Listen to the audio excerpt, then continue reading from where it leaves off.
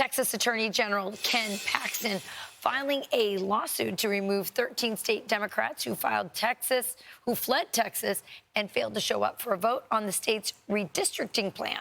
Madeleine Rivera joins us now with the latest. Hey, Maddie. Hey, good morning. This is the latest attempt by Texas Attorney General Ken Paxton to ramp up the pressure on Democrats. Paxton says in his lawsuit, these cowards deliberately sabotaged the constitutional process and violated the oath they swore to uphold. Their out-of-state rebellion cannot go unchecked, and the business of Texas must go on. Still, Democrats aren't showing any signs of coming back for the special session. I have a commitment to my voters and to my district in Fort Worth, Texas, to ensure that I defend their values. We also know that this is a domestic conflict that President Trump could end right now. He simply just needs to call Governor Abbott and say, Governor Abbott, let's call it off, cease fire, don't start the domestic conflict. Many Dems remain holed up in blue states, including Massachusetts, New York, and Illinois. Several of them joined California Governor Gavin Newsom on Friday, who is threatening to redraw his state's congressional lines. It would be to make up for lost seats if Texas moves forward with its plan. This is self-defense for our democracy. We are running from nothing. We are running to the front lines.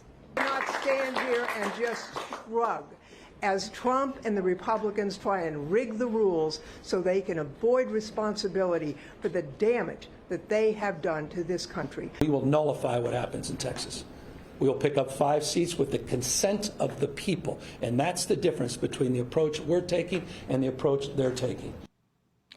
Republicans in Texas are also trying to deal a financial blow to Democrats. Paxton scored a victory when a state judge on Friday blocked former Democratic presidential candidate Beto O'Rourke from raising funds to help Democrats who left the state. Texas's House Speaker also says there are no more direct deposits, meaning Dems have to show up in person if they want to get paid. Charlie, Rachel, and Griff.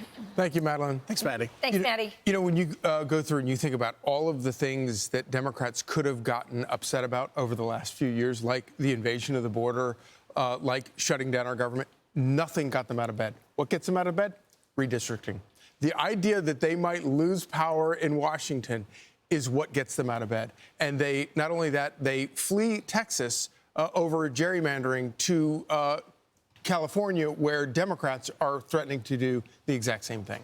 Well, the whole border was part of this, right? Right. I mean, this Absolutely. is all about, you know, putting more people who aren't citizens into states and then apportioning more Democrats, essentially. And this involves federal money that we give to states that's based on population size as well.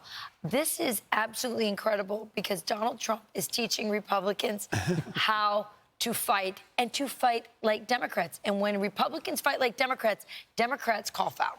Yeah, and to your point, Charlie, you know, California, Gavin Newsom is vowing to retaliate by doing the same thing. Here's the problem. Donald Trump got 38% of the vote in California, right, but yet 83% of the congressional delegation are already Democrats. So it's a bit rich there. And on top of that, Speaker Pelosi, who's all upset about it, it wasn't so long ago that she was singing a different tune. Listen to this. Another aspect of this that distorts our democracy is the partisan gerrymandering. The people should choose their politicians. Politicians should not be choosing their voters by this political gerrymandering, and the legislation does that. Part of voter suppression that people don't always recognize is the suffocation of the airways of big, dark, special interest money. And what we want to do is to clear the air of that big dark money, clear the air of political gerrymandering, and clear the air of the voter suppression that is out there. Well, it's also, as you said, it's also rich. Here's Politico. Their headline says Democrats make a Trump-inspired U-turn on redistricting. Quote, it's another facet of the dilemma that's vexed Democrats since Trump first won the presidency. They've tried to present themselves to voters as the adults in the room, willing to set aside partisanship for the public good. But now they're entertaining bare-knuckle tactics. Listen, you guys, I just remember when the border was open and all of us were horrified at everything we were seeing. And we kept going, why would anyone want to do this? Why would they do this? And I remember I would ask the Border Patrol, I would ask, different people who were in charge, and they would all say, it's about the votes. It's about bringing in people into Democrat areas and reapportionment and the way we assign a member of Congress for every 800,000 people. So that was part of it. It's the only way to fight back against the fact that you have people are leaving in droves, places like California and New York, to places like California and to Texas and Florida because they want freedom.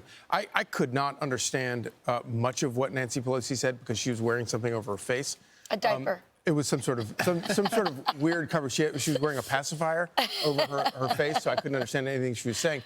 But I think I did hear her say that people get to choose politicians, and people did choose their politician. They chose Donald Trump, which is why we're here right now. I'm Steve Doocy. I'm Brian Kilmeade. And I'm Ainsley Earhart. And click here to subscribe to the Fox News YouTube page to catch our hottest interviews and most compelling analysis.